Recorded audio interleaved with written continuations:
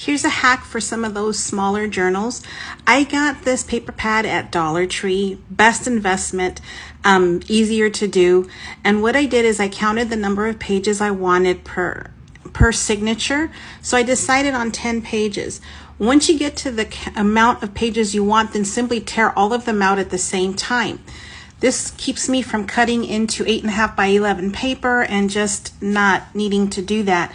So by doing this, it doesn't matter if there's some little tear marks on the top from the adhesive on the pad, because that's going to be covered. And all I do is keep them together and trim it to the desired length of my signature that I need. And I'll just trim it off all at the same time. And then that's it. Now I have my signatures all together. You can save those scraps for something else or just toss them. I decided to toss them. Surprise. So once I have my signatures, I keep them together, and then I just cut a strip of paper from my scraps that I'm already using on my little project that I'll share with you in a few minutes. And I'm just going to add adhesive to this and cover that up.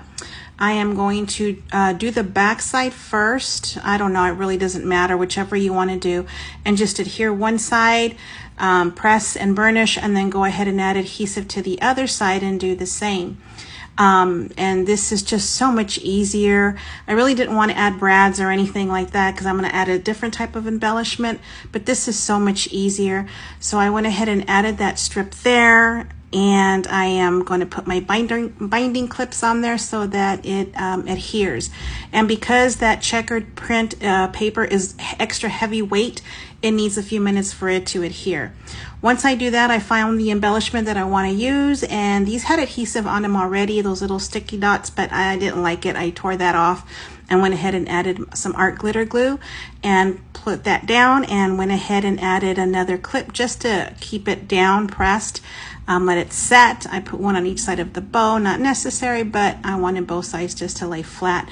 And so I'm going to let that sit there for a minute and let that dry.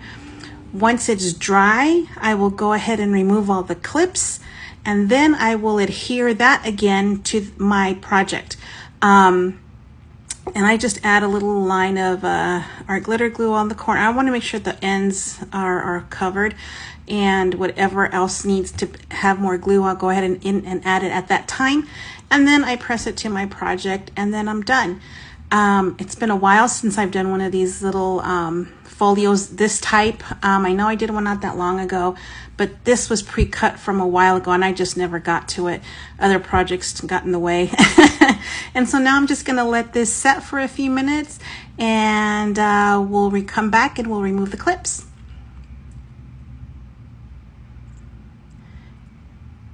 And once that's set for a little bit, I come back and go ahead and remove the clips, and project is done.